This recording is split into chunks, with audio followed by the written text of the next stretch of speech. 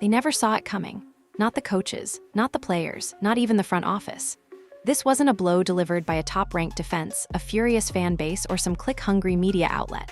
It came from inside the house, from one of the youngest, most promising voices in the locker room. Calm, clear, and devastating. Quinshon Judkins, a rookie, playing for a franchise that made a habit of burning through talent, did something that veterans, coaches, and analysts have never had the guts to do. He said what everyone else was too afraid to admit. The Cleveland Browns' offensive line isn't just bad, it's sabotaging the entire offense. And the worst part? He's absolutely right. You can't call this a team when one part, the very foundation of it, is letting the rest rot beneath them. And while Judkins was busy telling a hard truth, the man responsible for fixing all of this, head coach Kevin Stefanski, has done absolutely nothing.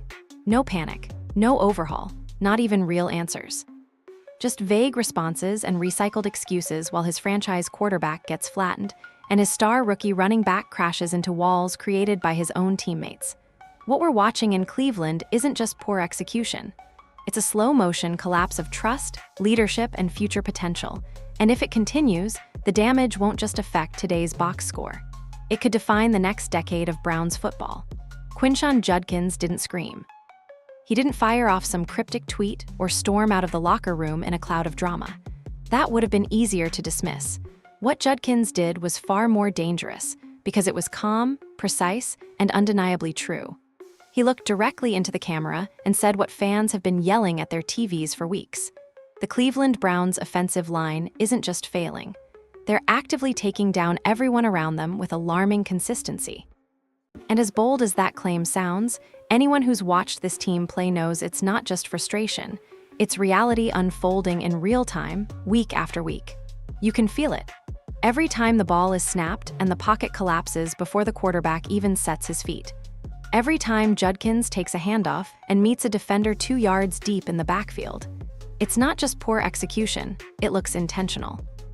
Not because the linemen are actually trying to sabotage their own team, but because the mistakes they're making are so simple, so fundamental, that it leaves only 2 possibilities. They either don't know what they're doing or they've completely checked out. And the craziest part? Judkins is a rookie, a newcomer, the kind of player who's supposed to lay low and earn his stripes before speaking out. But instead of sitting back, he's taken on a level of leadership that veterans won't. That coaches haven't. That Stefanski continues to avoid. His words didn't call anyone out by name, but they didn't have to. The film does that already. The missed assignments.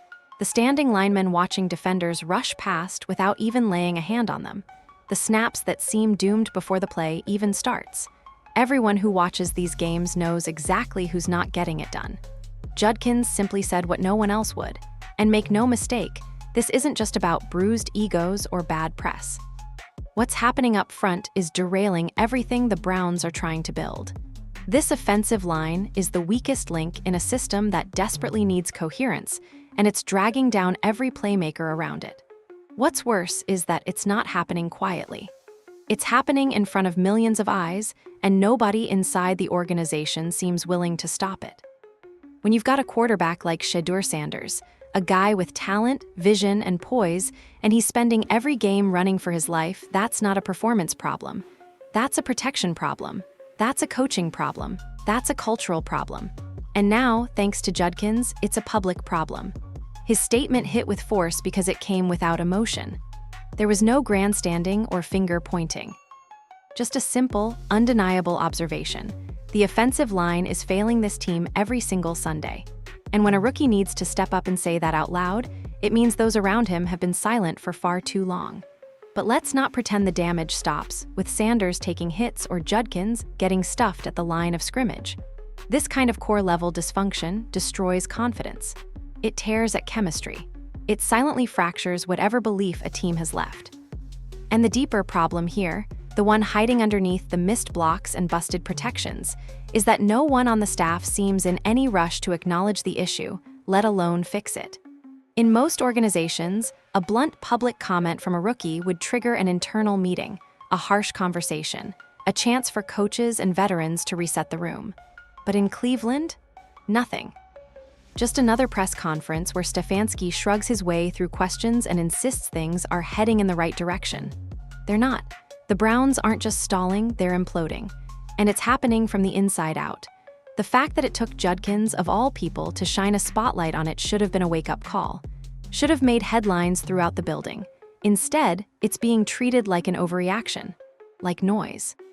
As if pointing out the obvious somehow makes him part of the problem instead of the only person being honest. What's really happening here is that Judkins exposed a truth that everyone else has been tiptoeing around. You cannot win with a line that doesn't block. You cannot build with an offense that's being sabotaged from the inside.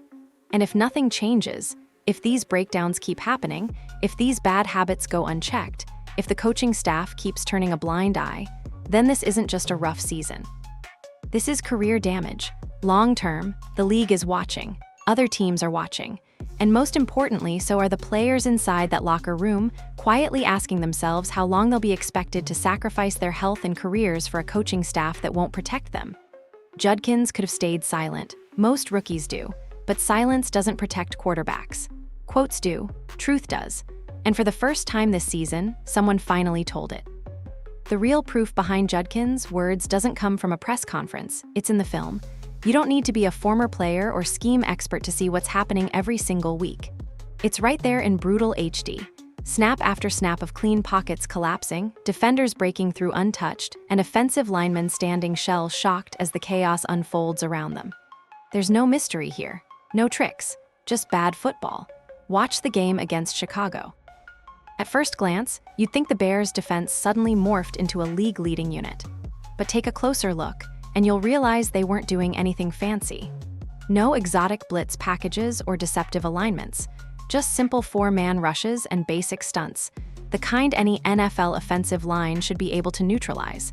And yet, over and over again, they got home with ease. The problem isn't that these pass rushers are too good. The problem is that Cleveland's offensive line keeps making the same soul-crushing mistakes every week, and nobody is stepping in to stop it. Assignments are being blown in the most basic protections.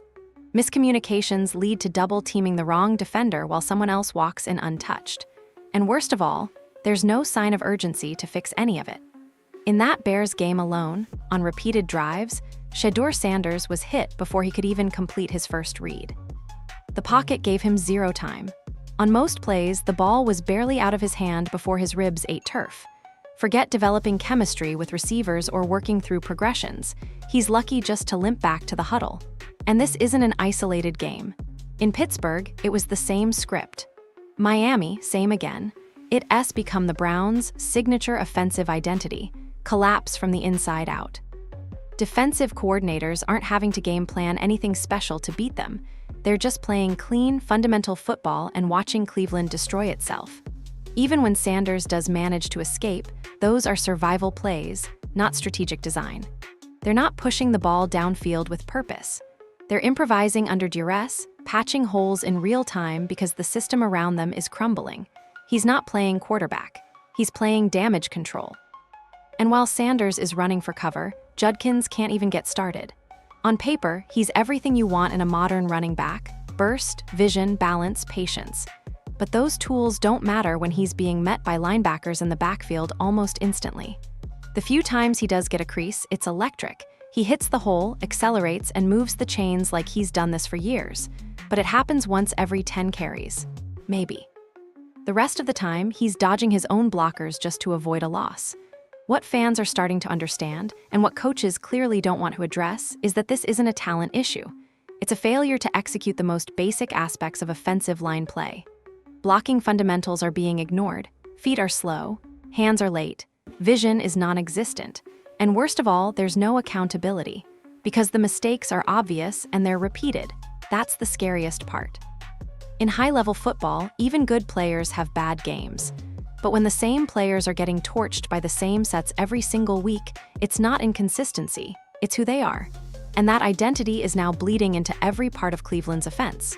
You can hear it in the crowd. Watch the camera pan during offensive drives. Fans aren't yelling anymore, they're bracing. Bracing for another busted play. Bracing for another hit. You can feel the collapse before it happens, like a horror movie where the monster is coming and everyone knows exactly where it's hiding. What makes it unforgivable is the predictability. Opposing defenses know Sanders has no pocket protection. They know Judkins rarely sees daylight. That's why defenses are sitting on short routes, attacking gaps freely, and daring Stefanski to adjust, to do anything different. But nothing's changing. Nothing's evolving. The same players. The same schemes. The same disaster every time the offense takes the field. And if you're a defender watching this from the sideline, you have to wonder, why are we even fighting to keep games close when the offense is setting us up to lose? This isn't about effort. It's about dysfunction. And every snap played under these circumstances makes the situation harder to fix. There's a point where bad football becomes cultural. The coaching stops teaching. The film study stops mattering. The standard drops. Players get numb. And by the time someone steps up, like Judkins did, the damage has already become part of the team's DNA. The line may not want to fail, but right now, that's exactly what they're doing. And the rest of the team is left to endure the fallout. What's happening to Shedeur Sanders right now isn't just unfair. It's dangerous. Because when a rookie quarterback enters the NFL, he's not just trying to play football, he's trying to build an identity, a rhythm, a belief that he belongs on the field. But Sanders isn't being developed, he's being tested in survival mode. From the moment he stepped into Cleveland, this was supposed to be the start of something special. The franchise quarterback fans had been begging for. A quarterback with poise, arm talent, mobility, and the kind of self-belief you can't teach. No one expected perfection. But what they did expect, what he deserved, was a real shot. Time in the pocket. A system built around his strengths. A chance to grow into the role without having to fight for his life every single play. Instead, he's been thrown into a blender. And it's wearing him down. You can see it not just in the plays, but in the way he carries himself. The sideline shots tell a whole different story from the box score. That helmet resting on his knee, that blank stare across the field. That quiet, still body language that doesn't say, "I'm tired." It says, "I can't fight this much longer." This isn't some overhyped rookie problem. This is trauma, quarterback trauma. The kind that ruins careers before they begin. Because once a quarterback loses belief in his protection, he stops thinking like a field general and starts thinking like a victim. Not which read do I make, but how fast can I get rid of this ball before I take another hit? And that shift, it's deadly. Quarterbacks aren't built to be fearless superheroes. They're built to be calm, decisive minds. But that calm evaporates when you've been conditioned through repetition to expect pain every time you drop back. And that's what this offensive line has done to Sanders. It's retrained his brain, rewired his instincts. He flinches before there's pressure. He bails out early. He doesn't step into throws because he doesn't believe he has the space. And here's the terrifying part, it's not his fault. The scouting report said Sanders was confident under pressure. That in college, he welcomed collapsing pockets and made throws with defenders in his face. That he played tough. And for a while, that mentality carried over. But he's not at Jackson State or Colorado anymore. This is the NFL, where every failed block is a car crash. And when it's happening 25-30 times a game, that toughness starts to fade, not because he's soft, but because he's human. Fans always talk about a quarterback's clock, that internal timer that tells him when to throw, when to move, when to panic. That timer is built on habit, on trust, on reps. When the structure around him is clean, that clock helps him carve up a defense. But when that structure is chaos, that clock becomes a ticking time bomb. And if you want proof, go watch the third quarter of the Bears game. Sanders doesn't even make it to his second read because he knows it's already too late. By the time he sets his feet, a defender S in his chest. The ball's out or he's down, over and over.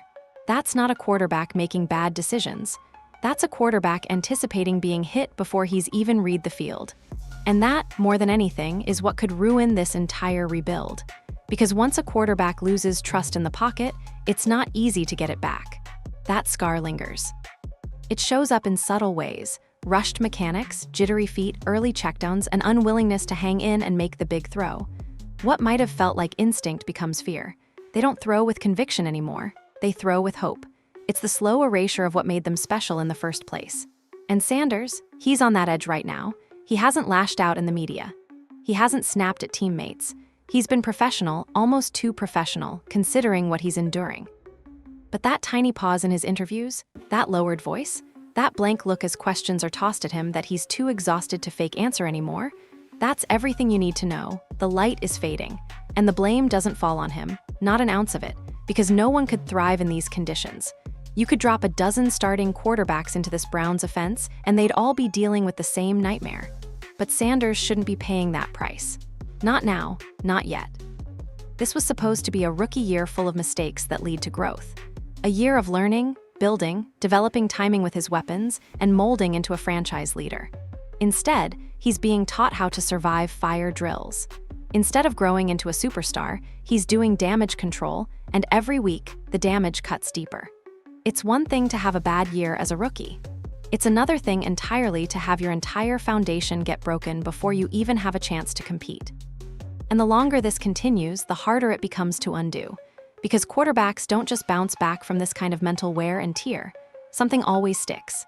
And if the Browns continue letting this happen, week after week, snap after snap, then forget developing Shedeur Sanders. Forget the rebuild. Forget the future. They won't be grooming a franchise quarterback. They'll be burying one. It's not just Shedeur Sanders who's being buried by this disaster. Quinshon Judkins, arguably the most dynamic rookie running back in the league, isn't even being given a runway to show what he can really do. And that might be the most heartbreaking part of all this. Because from the few glimpses we have seen, it's clear. Judkins isn't just good, he's special. The cutting ability, the balance through contact, the acceleration through the hole, it's all there.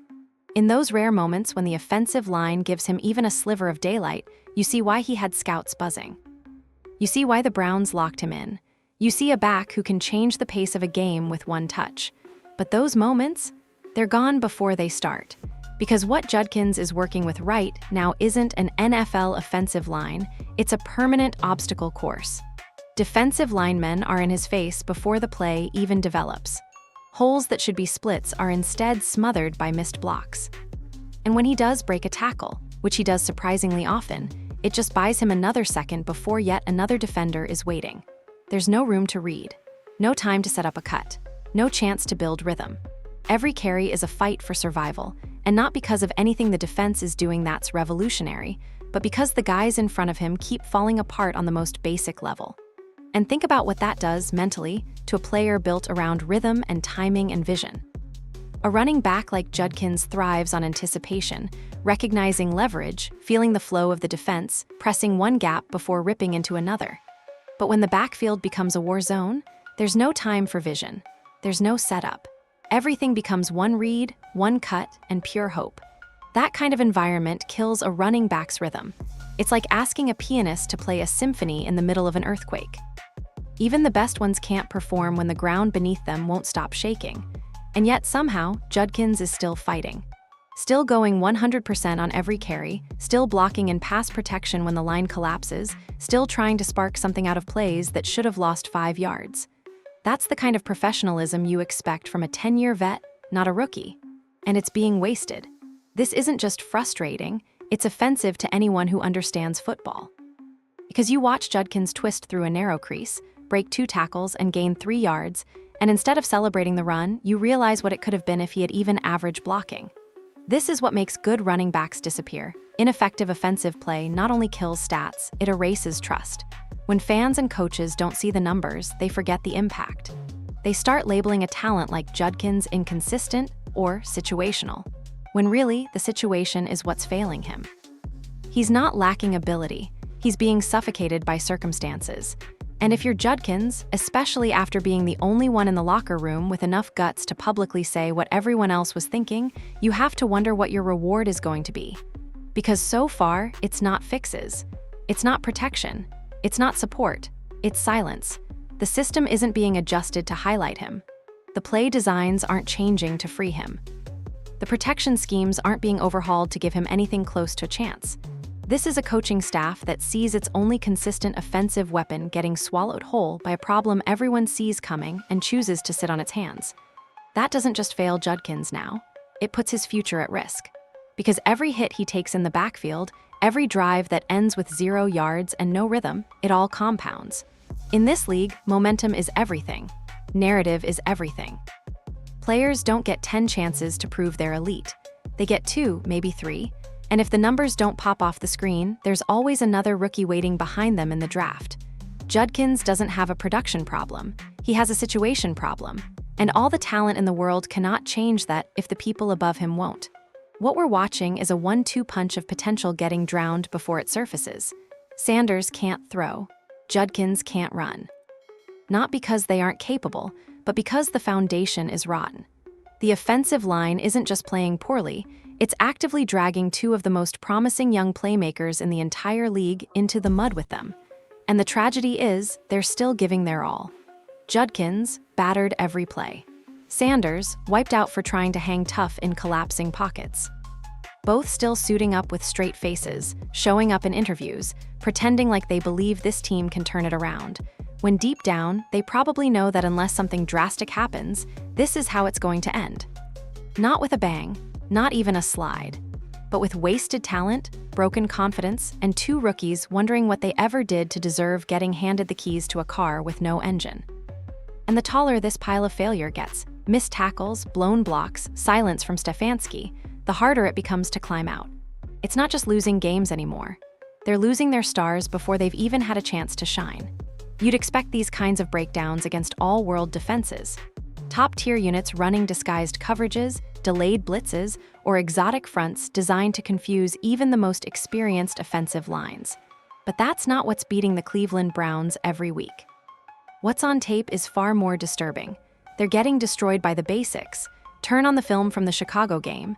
It's not a smoke and mirrors defensive clinic, it's basically a textbook four-man rush. Nothing wild, nothing unpredictable.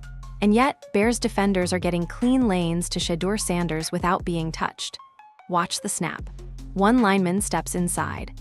Another takes a false punch step and gets smoked on the edge. One defender loops and two blockers freeze, confused about who to pick up. By the time Sanders plants his back foot, the pocket is already gone. And where are his options? Nowhere. The play never had a chance to breathe. This isn't a one-time slip-up. It's a pattern. The same thing happened in the Pittsburgh game.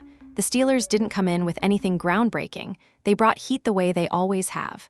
But once again, Cleveland's line looked completely unprepared. Simple stunts were confusing the tackles and guards like they'd never seen those looks before. One defender would crash inside, the other loop around, and suddenly two linemen were blocking air while Sanders was being hunted down like it was second nature for Pittsburgh. And in Miami, wash, rinse, repeat. The Dolphins dropped into basic zone coverages on passing downs, brought pressure out of predictable formations, and the Browns still couldn't figure it out. You'd think after 2 or 3 games of this, there'd be a new protection scheme, a simplified blocking assignment strategy, maybe even an overhaul in personnel. But nope, same alignments, same execution problems, same damage. There's a play from that Miami game that says everything you need to know. It's early in the second quarter, second and medium, prime opportunity to take a shot. Sanders lines up in shotgun, a nice stacked formation, showing motion pre-snap. Looks clean. He signals for the snap, and before his fingers can tighten on the laces, 2 defenders crash through untouched from both edges. Not missed blocks, no blocks, like the guys on the line didn't even try. There's no adjustment, no recognition, just panic. And the Browns aren't facing unfamiliar concepts. These defenses aren't reinventing the wheel. Hell, they aren't even rotating it differently. They've just realized that Cleveland is so disorganized up front, you don't need to be clever. You just need to show up. That kind of exposure isn't just embarrassing, it's catastrophic. It tells every other team in the league, you don't need to worry about disguises or blitz packages against Cleveland. Just stick to the basics and the Browns will beat themselves. They'll blow the pickup. They'll miss the twist. Someone will panic. Someone won't communicate. And once you see that on tape enough, it doesn't just affect the offensive line. It impacts the entire offense. Receivers begin adjusting routes early, knowing the throw, coming too soon. Sanders takes the snap and immediately bails, forced to throw from angles he wasn't coached to use. Everything becomes reactionary, not strategic. Play action, forget it. You need a real run game for that, and with Judkins getting blown up in the backfield, no one's biting on the fake. Deep routes? Useless. They take time to develop, and Sanders doesn't have time to blink. Everything ends up compressed into this panicked, clipped version of an offense that was never supposed to look this way. And the most maddening part of all this? Every issue is fixable. These aren't physical mismatches. They're mental lapses, errors in communication, missed assignments on base fronts, footwork being reset every week as though they're learning on the fly. This offensive line has enough experience to at least function, and yet their cohesion is completely broken. You start to wonder, what are they doing in practice? Is anyone actually reviewing this tape and calling it like it is? Or is it week after week of band-aid meetings where coaches reassure the room instead of demanding accountability? Because that's where coaching matters most. When the problem isn't talent, but execution, the responsibility shifts up the ladder. Stefanski doesn't need to be an expert in trench warfare, but he's coaching the offense. And what this offense is showing, week after week, isn't growing, it's decaying. There's a reason Judkins spoke up. He sees it happening in real time. He's watching these same breakdowns get swept under the rug while his body takes the hits and his career stalls before it even takes off. And the film proves him right. Every game you rewind looks more like evidence in a malpractice case than footage of a professional NFL unit. This isn't about one bad week, or one miscue, or one player who needs to be benched.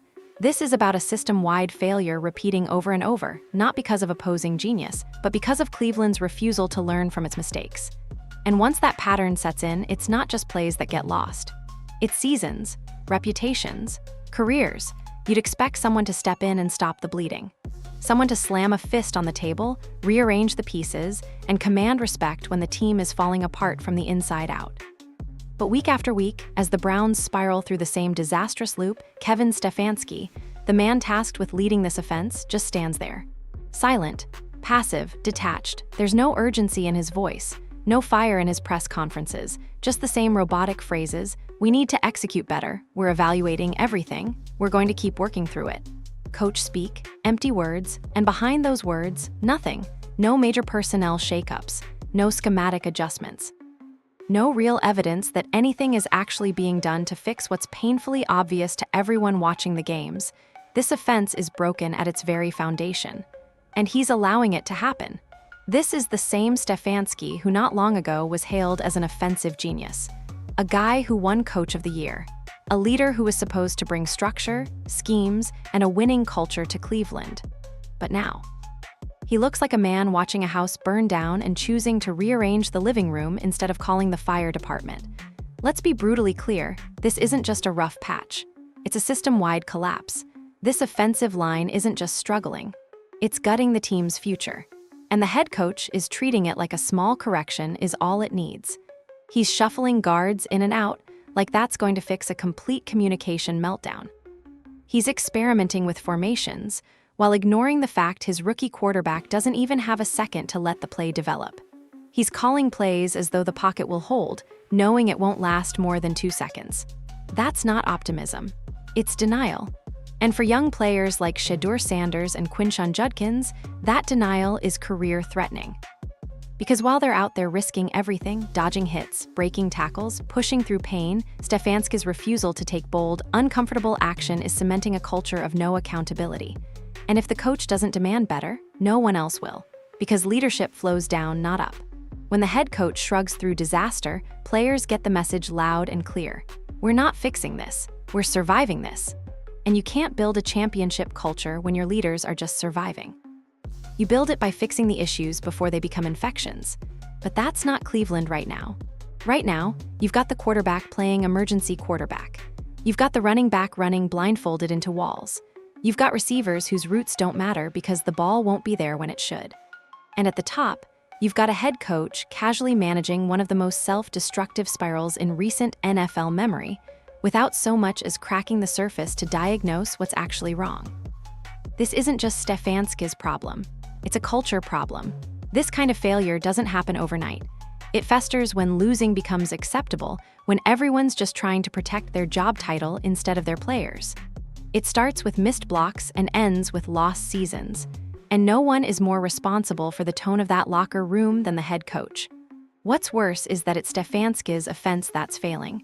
This isn't some other coordinator's system.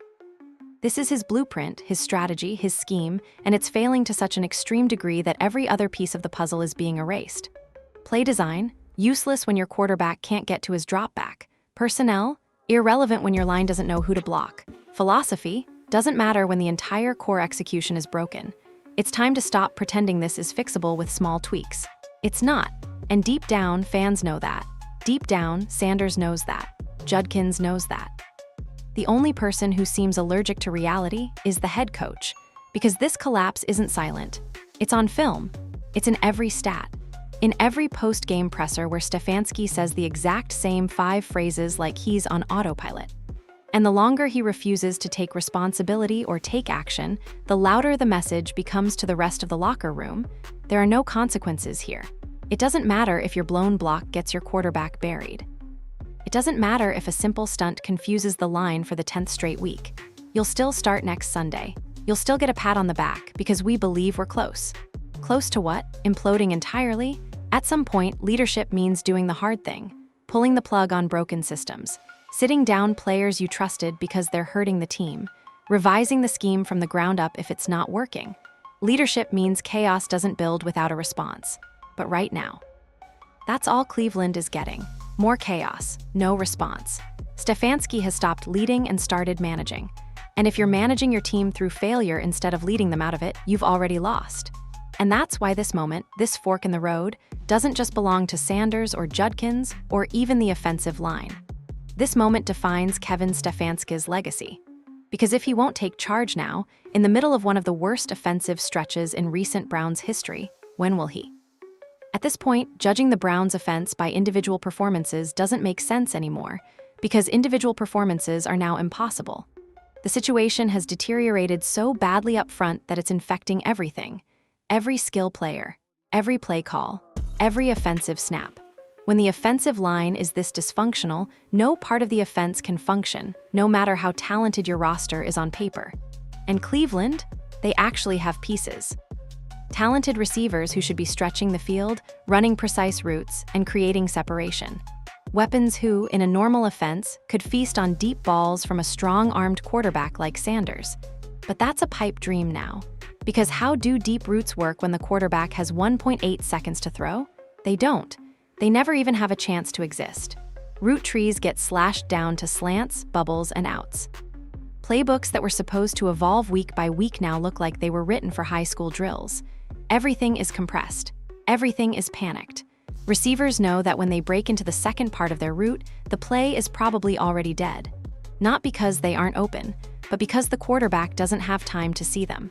And don't think the defense doesn't know that either. Corners sit closer to the line because they know there's no time for deeper threats to develop. Safeties cheat their footwork, reading the quarterback's panic instead of the route design. Linebackers don't even pretend to hesitate on blitz looks. They're all in, because what's Cleveland going to do? Pick it up. Even play action is a joke at this point. That's a concept built on the illusion of a functional run game. But defenses don't need to respect Cleveland's running game when Judkins is being met in the backfield before he even has a chance to take his second step. The moment the quarterback fakes that handoff, defenders sprint past him like the ball wasn't an option anyway. The result? An offense that looks less like a collection of talented professionals and more like a desperate scramble drill. Sanders rolls out not by design, but to survive. The running game switches from inside zone to misdirection, to draw, to delay, to whatever they can call to buy half a second. But nothing's working. Because at the heart of the problem is a line that cannot execute the basics. When you start snapping the ball hoping for a miracle instead of executing a plan, you're not running an offense. You're running from smoke. The players know it. The camera doesn't lie. Watch how fast the heads hang after a 3 and out. Nobody's surprised anymore. There's no frustration because this is what they've come to expect. Watch the body language on the sideline. There's no fire, just silence, staring at iPads. Pretending the next drive will be different when everyone in the building knows it won't be. And what's left for a coaching staff to even call? What do you put on that laminated play sheet when you know there's no time to execute anything layered or vertical or creative? The answer is, you don't. You shrink the playbook. You call safer plays. You hope that one of your guys makes a freak effort and breaks one open. But hope isn't a strategy, not in the NFL. And this Browns offense has become powered by nothing but hope and duct tape. Conservatism took over when solutions dried up. And creativity? That died the moment protection became optional. Then comes the unpredictability cascade. Now even when Sanders does get time, his internal clock is so broken that he doesn't trust it. He thinks pressure, coming even when it is. He drops his eyes early. He rolls right when he doesn't need to. That one play where he could go through all his reads. He doesn't take it, because he's been rewired to survive, not to command. And that's what dysfunction does, not just to your stars, but to your standard. It turns instincts into doubt, talent into hesitation, passion into silence, and it spreads. Judkins runs with less patience now. Instead of pressing one gap and bouncing, he's skipping the read and bursting early because he assumes the lane won't be there anyway. That's not bad technique, that's reactive survival. It's someone adapting to chaos and trying his best not to get buried alive. Receivers lope through routes because they don't expect the ball. Linemen stop barking out checks and switches at the line because communication hasn't mattered for weeks. Why even try to adjust when execution fails regardless? And just like that, your offense isn't just failing. It's dead. Quiet, passive, empty. This wasn't supposed to be a rebuilding year. This was supposed to be the year, the launchpad. The year you discover if Sanders can rise, if Judkins can lead the ground game, if Stefanski's system could finally start clicking with legit weapons. Instead, it's a tape reel of wasted talent, missed windows, and blank expressions. And it all started in one place, the foundation, not the playbook, not the personnel on the outside, not the quarterback, the offensive line. And now, that crack in the base has spread to every floor of the house, right up to the roof where Kevin Stefanski stands, staring into the fire below with not even a spark of urgency in his eyes. What makes this whole disaster even more damning is who decided to speak up. It wasn't a 10-year vet with nothing to lose. It wasn't a disgruntled benchwarmer trying to stir the pot. It was Quinshon Judkins, a rookie. A first-year player, just months into his NFL journey, who had the presence of mind and the courage to say what no one else around him would. And somehow, that leadership was met with silence. No rally, no visible support from coaches, no public alignment from teammates, just noise all around him and a quiet organization hoping the dust would settle without having to make real change. But here's the uncomfortable truth the Browns don't want to admit. Judkins wasn't being dramatic. He wasn't being divisive. He was being right. His comments weren't emotional, they were accurate. Calm, composed, and layered with the exact kind of honesty winning organizations are supposed to demand from their players. He didn't throw anyone under the bus.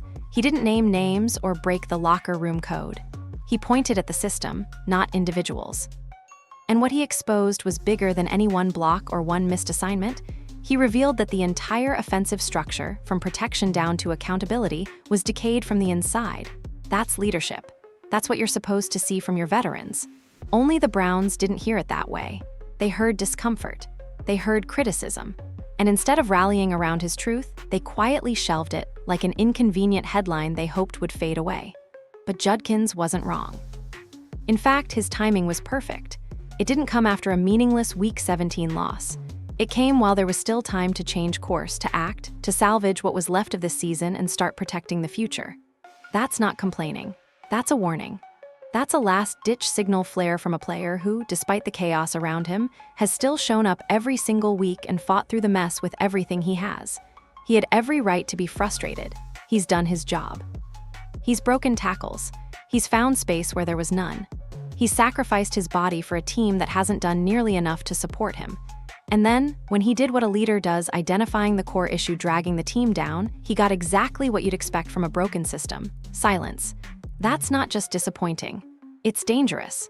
Because when truth-tellers like Judkins are ignored, the problems don't just stay, they grow, they become culture, they become identity. And we all know where that leads. When voices are punished or dismissed for trying to fix what's broken, people stop speaking up. People start checking out. And when that happens, the whole thing caves in. This isn't just about saying the offensive line is underperforming. This is about saying, we're not going anywhere until we fix this. And that kind of clarity should scare mediocre teams. It should force action. But in Cleveland's case, it's been met with shoulder shrugs and vague soundbites from the same coaching staff that's been asleep at the wheel all year. Maybe Stefanski thought his players would fall in line. Maybe he assumed locker room issues should stay behind closed doors. But this isn't a drama leak. It's not about optics. It's about survival. Sanders, survival. Judkins, survival. The survival of any core rhythm this offense could have had if the people at the top were willing to face reality. What Judkins did should have been a turning point.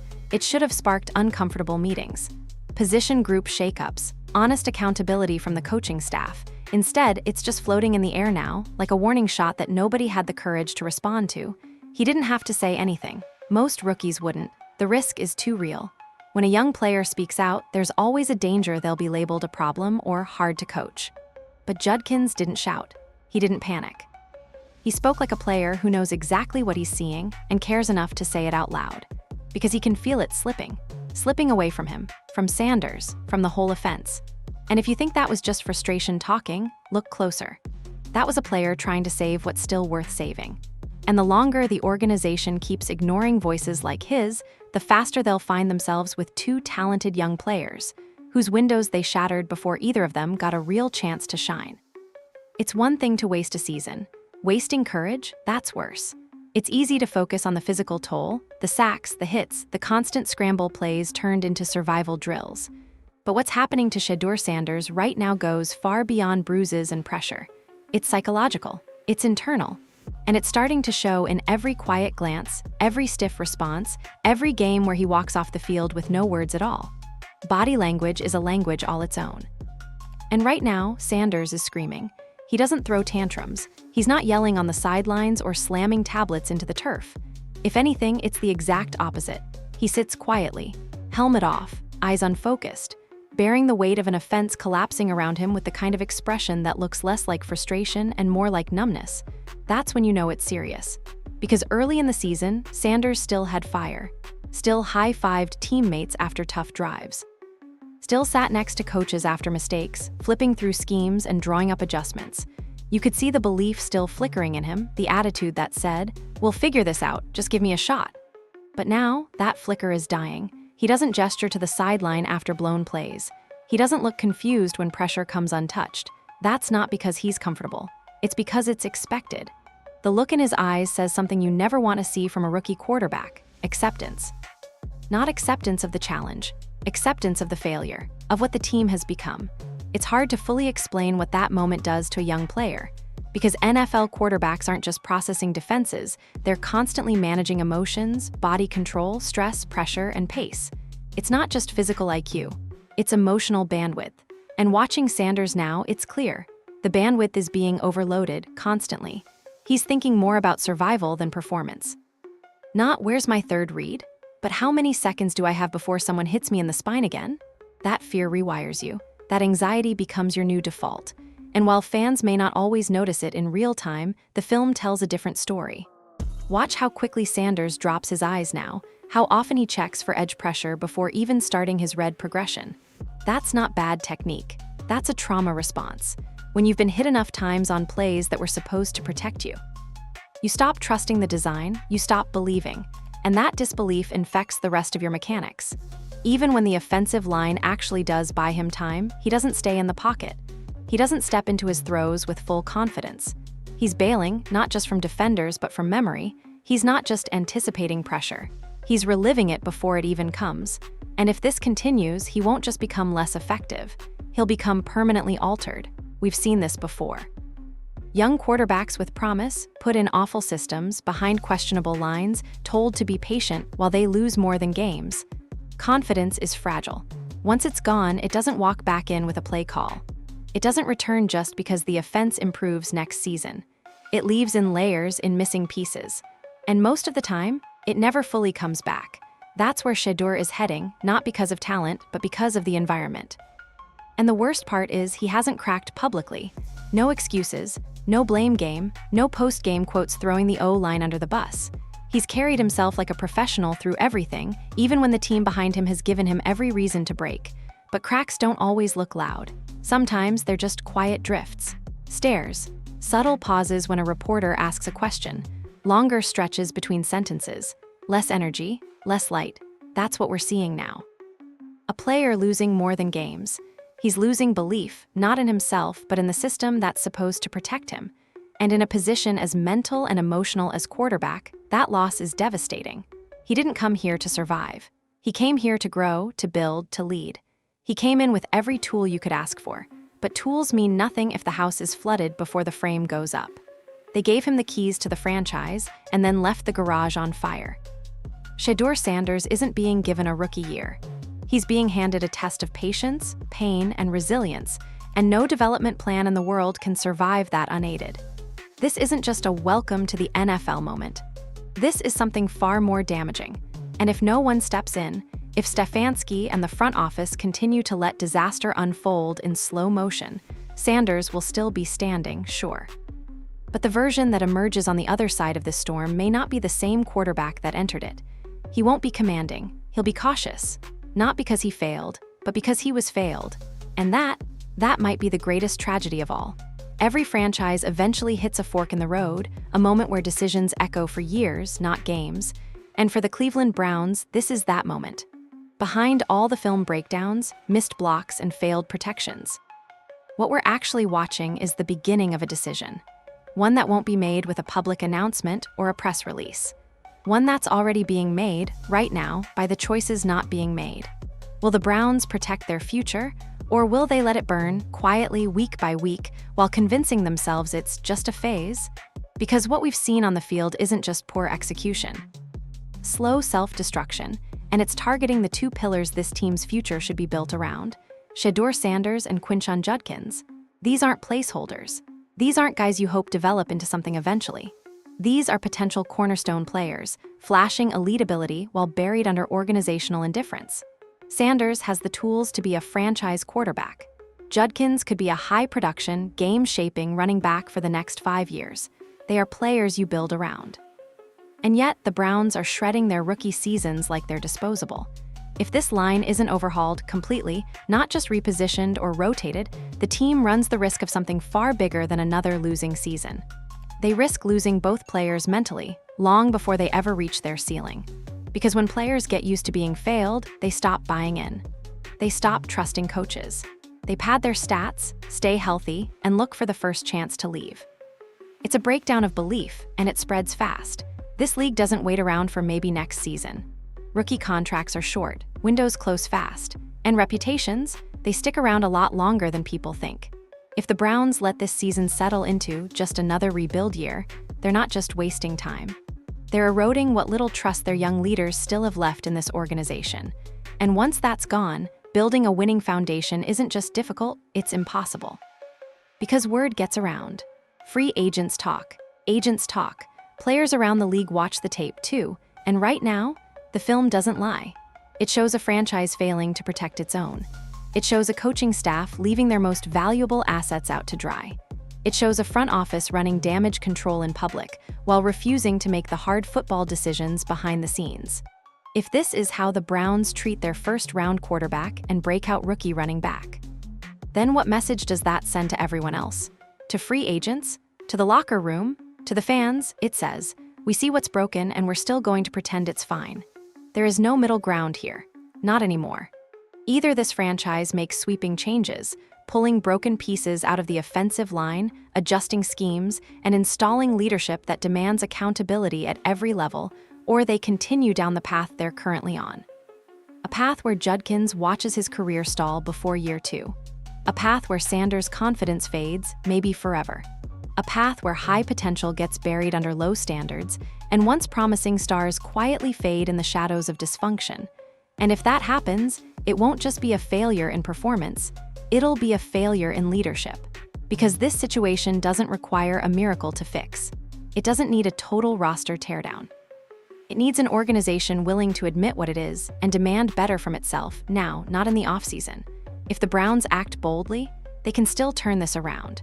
They can still protect what matters with new coaching, a rebuilt offensive line, and a commitment to building around the talent they already have. But if they do, if they let this season run out with pointless press conferences, shallow adjustments, and blind loyalty to a broken system, then they better be ready for the legacy that follows. Because nobody will remember this as just a rough year. They'll remember it as the moment Cleveland had everything it needed and let it fall apart anyway. So now, the question doesn't just hang over the Browns' locker room, it hangs over the entire fan base. How long is this acceptable? How much longer can Sanders get punished for problems he didn't create? How many more hits can Judkins take before his spark gets smothered completely? And how many chances does Kevin Stefanski really have left? At some point, enough is enough. If you're watching this and you see what's happening, if you see the cracks, the silence, the wasted talent, then say something. Because this can't keep getting brushed under the rug. Not when there's still something left to save. Drop your thoughts below. Should Stefanski be held accountable for allowing this dysfunction to spiral? Do the Browns need to overhaul their offensive line completely, or is it already too late? Can Sanders claw his way back from the damage being done, or have we already lost something we'll never get back? Let's get a real conversation going. Not just fan frustration, real talk about what this team needs to do if it wants a future. Because these players deserve better. And honestly, so do you. If you've made it this far, hit that like button to show you're not turning a blind eye like this coaching staff has all season. Subscribe so you don't miss what happens next, because trust me, when this team finally wakes up and starts making moves, we'll be breaking it all down right here the moment it happens. And if you know a Browns fan who's been yelling at their screen every week, send this to them. Let's stop pretending this is just football. This is franchise survival.